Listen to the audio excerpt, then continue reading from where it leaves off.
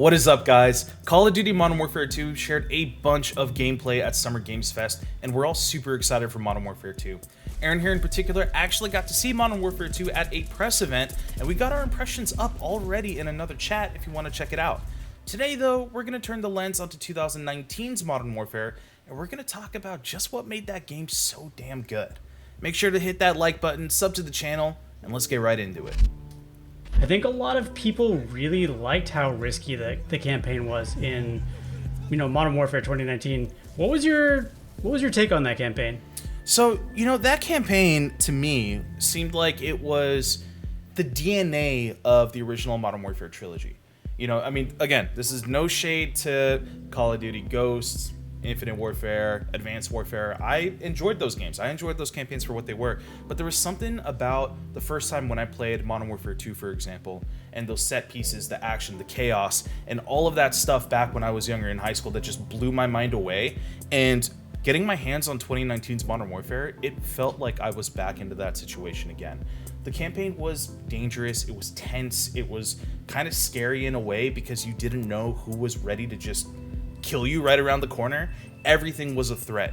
And so the campaign for Modern Warfare 2019 was a definite highlight for me, and it was one of my favorite parts about the game. It was really, really clever, honestly. Like, the mission that everybody always talks about is the Clean House mission that happened in London. Yes. And it's hard, people will feel differently about that mission, but regardless of how you feel, on a technical perspective, I don't know if Call of Duty's ever done a level that only had 11 enemies in it. Think about that.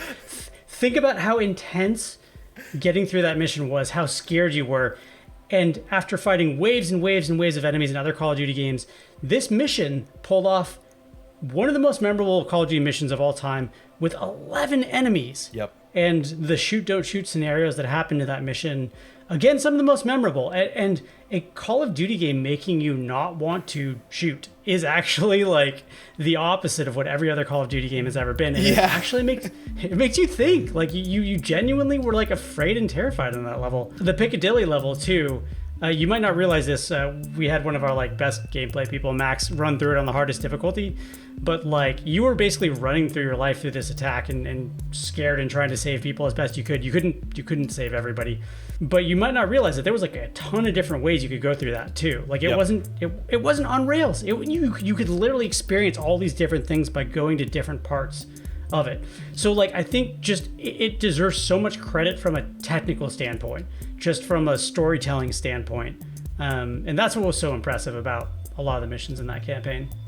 Oh, absolutely. I mean, the campaign just always had this oomph to it, There was this impactful kind of lasting feeling that stayed with you even after the missions went. That mission that you were talking about there, near the end of it, there's a hostage, and it's actually the first time when you kind of see Price come up. He's got this veteran, really cool, badass air about him where he's like, all right, you're with me, let's go.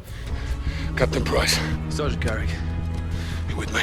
And you're going up and you see this hostage with a bomb strapped to his chest. And if this was any other Call of Duty game, I promise you would defuse the bomb in the nick of time. Just a second left, half a second left, you would be able to save the day.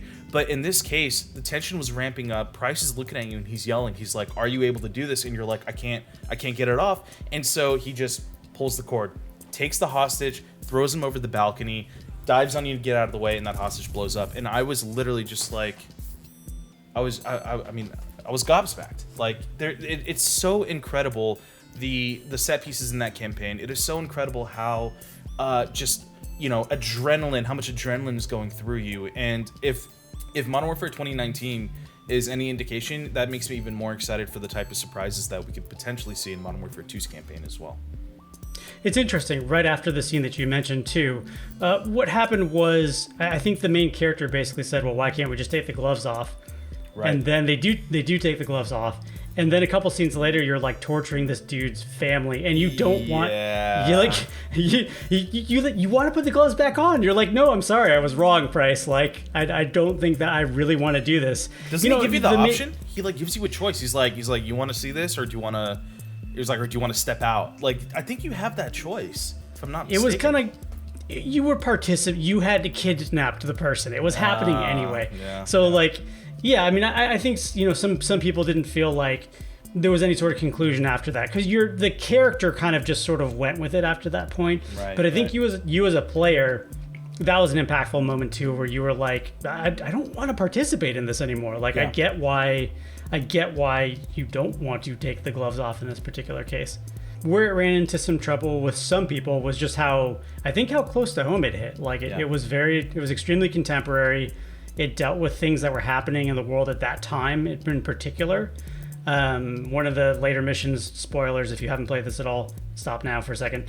You're chasing a guy down a tunnel, and it doesn't go well. It goes okay, but you're basically chasing a dude down a tunnel and assassinating them. And at that exact time in real life, that had actually happened. Granted, this game had been in production for years. They couldn't have known it would be happening and within a 2-week span, but that was how grounded in sort of like real world things. And again, like, I understand some people found that to be uncomfortable, because like some of this stuff is horrific in real life. But my personal takeaway from the game was that this stuff is horrific, and like there's not a lot of right answers here, and it really is pretty terrible. And like that's where the campaign left off in my mind. One of the best things about Call of Duty that was actually very unexpected with the campaign was the fact that it tiptoed the line really well between being this like Herculean character that could just dodge bullets and wreak mayhem versus that kind of like grounded horrifying realities of war. And I really do appreciate that. I mean, I come from shooters like Halo, where you have Master Chief, or from adventure games like Assassin's Creed, where you're, Ezio Auditore. And having Captain Price on your team, he's like low-key in my mind on the same level as some of these iconic characters. And yet the world that they are inhabiting in is a world that is right outside our window. You know what I mean? Like, it's not Renaissance Italy. It is not, hundreds of years in the future. Like, this is something that is very, very close to home in a way. And I don't know, they tipped that line really well. And can we just like talk about some of those missions that don't really involve you just running and gunning, but the stealth mission? There was one with Farah when she had to escape her house. She was buried under rubble as a kid, right? It's like a very traumatic memory that you're reliving. And you see her dad, and just like, the animation, the graphics, all of that stuff felt way too real, especially for me. And so, hiding in that house, as a kid with the knife and all that, and trying to like stealth your way around. I mean, geez, you get goosebumps, like. They did go a little bit too far with the kid stabby scene. Like, let's just put it this way. I just didn't believe it. Like, it did cross the line. I think you said it right. Like, I think it rode the line pretty well. It did cross the line at times. Yeah. Until like, where I was just like, no, this is not, there's no way that this happens. It's like 70-pound kid just like, just going Chucky on that guy. Yeah. Like, no. Like, so, okay, let's talk about, we have to do like a mental transition here, because I think Call of Duty campaigns in the past have sometimes been very serious. A lot of people talk about No Russian and some other ones that really stuck with people. But let's be honest, like, multiplayer is where Call of Duty is at. Campaign, you play for 4, 6, 8 hours at most. Then as a Call of Duty player, you spend 100, 200, maybe many more hours over in multiplayer. Yeah. So let's talk about why Modern Warfare 2019's multiplayer was so good, so fun, just such a different take on Call of Duty. The core gameplay loop was just so good. You had a couple of casuals like me and my friends pulling out like SEAL Team 6 like tactics. I mean, this game was just off the chart with multiplayer. I think what I also really, really, really enjoyed was how, I want to say, heavy some of the guns have felt. Now, what I mean by that is, for example, I've been playing a lot of Vanguard, and Vanguard is like this weird half step between Black Ops, which is very fast, arcadey, fast time to kill, and Modern Warfare. And Modern Warfare itself just was so much more like heavier. The way that you ran, the way that you would angle your sights, you could mount your weapon and all this stuff. It just was such a very good core loop. I think it's really important to talk about that. To put this in context of time, Modern Warfare 2019 came into the picture when loot boxes were dying out. And it's hard to undersell how important it was that 2019 got rid of loot boxes and decided to go another way. 2019 also just had a really good thing going with, you had challenges that led to skins. So you were always working to get a skin, and it was so motivating. Like, I went across multiple modes. I beat the entire co-op campaign, and that's a whole other conversation. But like, I did it all for skins. And now when I fire up Call of Duty, particularly Warzone and Vanguard, I feel like there's very few opportunities to earn skins that I like, and it's all in the store. But that wasn't the case. Yeah, it's so disappointing. That wasn't the case with 2019. 2019, it was like you working really hard for these challenges to get these skins that encourage you to do all kinds of different play styles, which is really fun. But the other thing is that they kept it classy, right? They knew that it was a milsim game, and like the ridiculous clown skins you see in the game now. And I mean, I don't want to throw shade at Snoop Dogg because he is a friggin' he is a pleasure to play with in Warzone now, and I don't want to take away from Snoop Dogg. But like, he didn't belong in 2019, right? And like, I think the craziest skin they had was like this trash skin. It was like a ghillie suit full of trash. That was actually really fun. I'm a hypocrite. I did buy 1 or 2 anime skins, but like, in general, they kept it classy for a very long time. So you were earning these very like well thought out, cool looking military inspired skins. You also got to unlock the base operator and all these different like realistic special forces factions.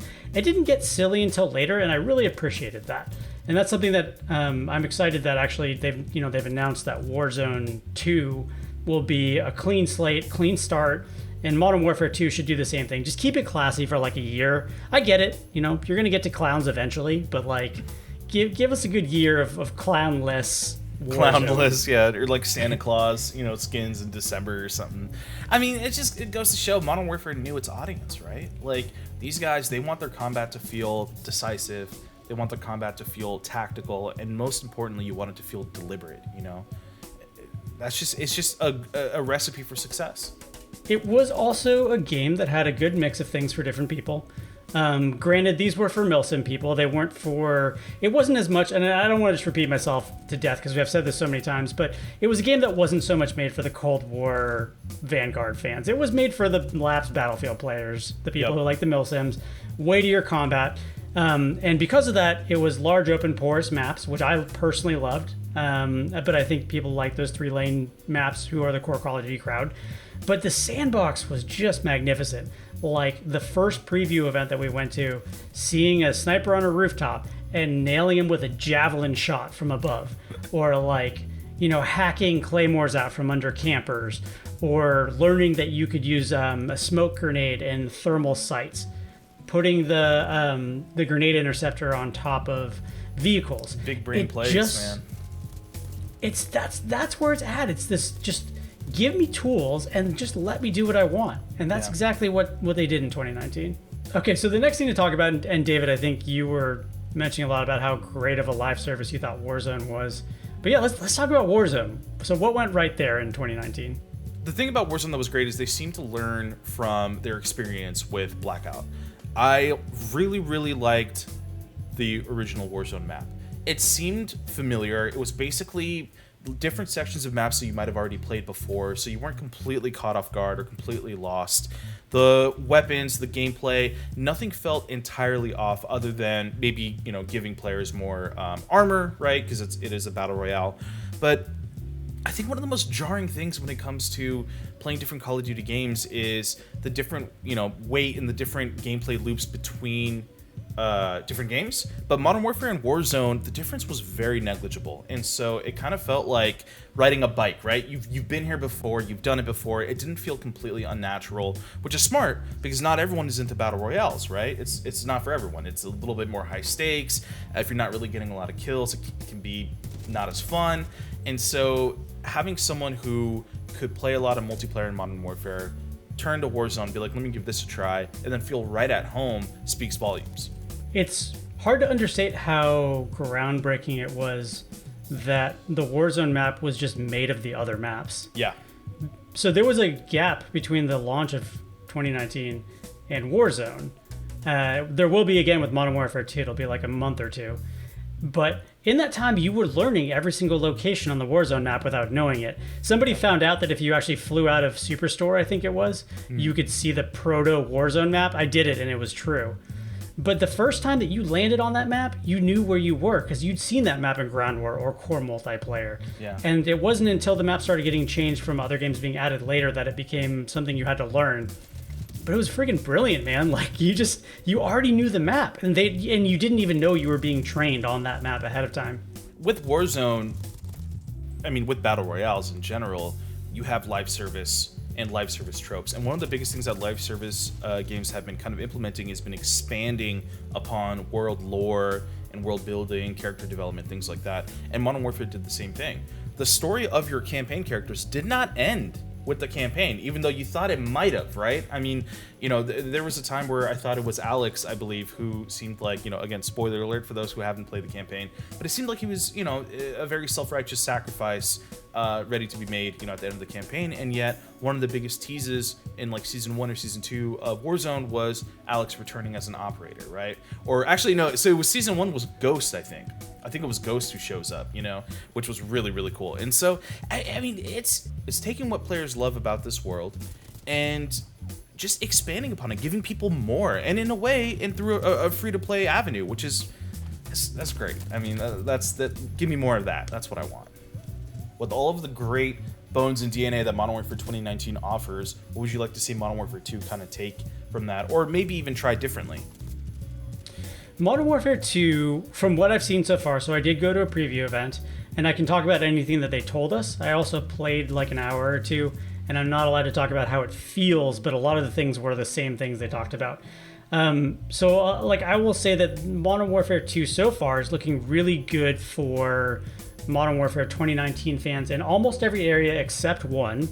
The one area is I did feel like the core maps were still trying to like cater. I only saw a couple of them, so like take this with a grain of salt. I did feel like they said that they were smaller and they were trying to be more competitive, so I think they were trying to cater a little bit more towards the Cold War traditional Call of Duty audience. But the ground war maps are all much bigger and they're more purpose built, and Warzone's getting a clean slate. And, you know, like, we see the weaponsmith and everything happen in there. So, like, I'm fairly sold on what I've seen so far. The tool set is there. Some of the tools, I'm going to have to mess with them. I laughed a lot about in the preview about a blow-up dummy. There's a blow-up dummy. I don't know how useful it's going to be. It's just going to be really funny and hilarious to use half the time. There's a drill charge that you can throw through wall ceilings and floors, which is super fun. There's a camera system you can throw out on the map. A lot of these seem very like Rainbow Six Siege inspired. So I don't know if those tools are like great new additions or not. We're just gonna have to see. But also they're expanding things like damage to vehicles, which is super cool. Bumpers can get blown off, doors can get blown out, tires can get popped, and that's that's everywhere. So that's an expansion from Warzone. So yeah, like I think everything for the milsim crowd who like the bigger maps and the vehicles, it is all looking pretty good and giving me what I want. I'm afraid that they're going to continue I have no evidence for this, but I'm afraid they're going to continue the not so great loop that we were talking about earlier, which is like, I don't want the skins to be locked in the store. I want skins to be things that I earned.